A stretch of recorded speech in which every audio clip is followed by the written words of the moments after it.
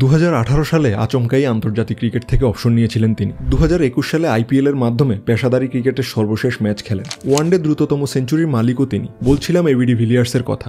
সেঞ্চুরিয়ানে কিংবদন্তি ক্রিকেটারদের নিয়ে আয়োজিত ম্যাচে টাইটান্স লিজেন্ডসের হয়ে বুল লিজেন্ডসের বিপক্ষে খেলতে নেমেছিলেন এবি ডিভিলিয়ার্স। 28 বলে 15 ছক্কায় 101 রানের এক ঝড়ো ইনিংস খেলেন তিনি। এবি ডিভিলিয়ার্সের এই ইনিংসে কোনো চার ছিল না। পুরো ইনিংসে ডট বল খেলেছিলেন মাত্র দুটি। মজার ব্যাপার হলো তার ইনিংসের স্ট্রাইক রেট ছিল 360, যা কিনা তার ডাকনাম মিস্টার 360 ডিগ্রির সাথে পুরোপুরি মিলে যায়। আমরা সবাই জানি মাঠের চারদিকে অসাধারণ সব শট খেলার সামর্থ্যের জন্য তাকে ডাকা হতো মিস্টার 360 ডিগ্রি নামে। এবি ডিভিলিয়ার্সের তাণ্ডবে 20 ওভারে 7 উইকেটে টাইটান্স সংগ্রহ করে 278 রান।